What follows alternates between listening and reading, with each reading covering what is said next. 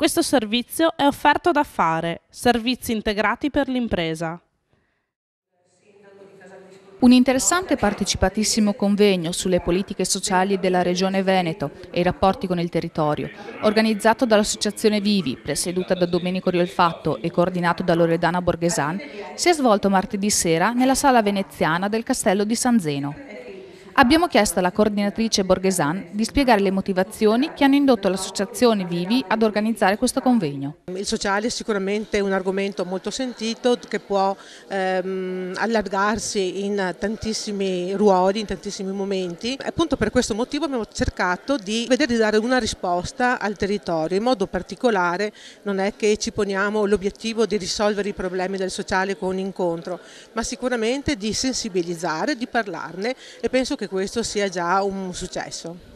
Ammonta a ben 25 milioni di euro la somma che la Regione Veneto ha stanziato per la LSS 17 per il settore sociosanitario, il cui piano di zona a cui partecipano tutti i comuni, che gestisce l'azienda sanitaria locale, deve essere portato a termine entro il 2010. Sentiamo dal medico Matteo Borin come saranno impegnati. Nel piano di zona devono essere declinate non solo le attività ma anche le risorse che noi intendiamo promuovere nel territorio, quindi la Regione fa la sua parte con l'erogazione di contributi, con l'erogazione di risorse per costruire le varie azioni nel territorio, però un impegno forte è chiesto anche alle amministrazioni comunali.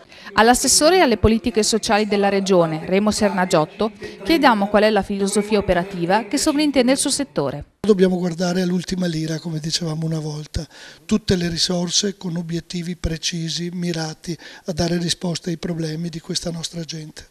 Lei ha fatto una bella affermazione, dobbiamo tenerci per mano. Abbiamo avuto le vacche grasse, tempi belli, anzi che qualche volta tutti pensavamo che le difficoltà erano già state superate.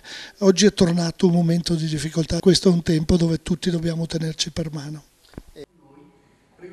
Da padre Aurelio Gallina, direttore del Centro Formazione Professionale Pavoni, vogliamo sapere come si inserisce il percorso della formazione nelle politiche sociali.